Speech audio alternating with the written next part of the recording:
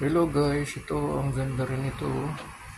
Maliit lang na glass cabinet. Sliding yung saraduhan. Tingnan nyo. Kulay brown pa. Social oh. Pero mura lang to guys. Oh, dali lang. Walang kaawang-awang to guys. Ano, hindi nakakapasok dito yung daga. Ayan, o, tingnan nyo kung dalawang patungan yan. O, bali tatlo na nga ang patungan kasama yung sahig. O, ito, cup noodles. O, ayan, o, kasya sa ilalim. Kasya. O, ito, tuna. O, lagay natin dyan. O, ito, maliit na garapon, o. Lagay ng mga candy, o.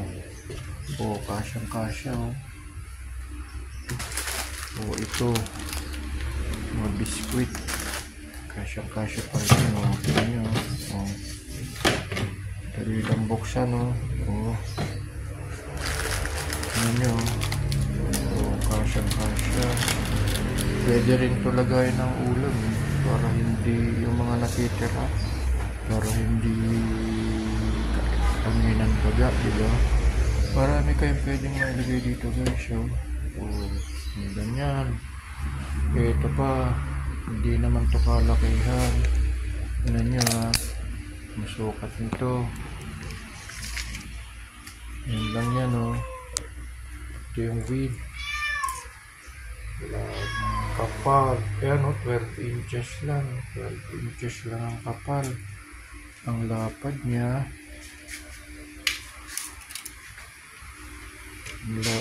oh, 18 inches lang.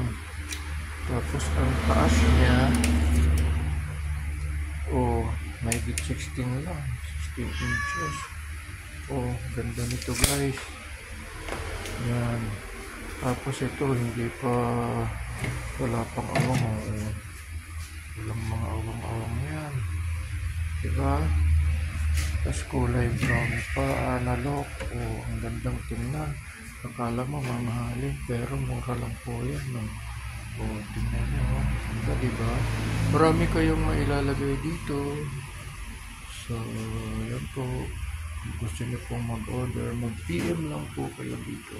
Ayan, ganda ng ating glass cabinet o kahit siyang angulo. Ipapatong nyo lang yan guys. Diba? Ito po, bye bye.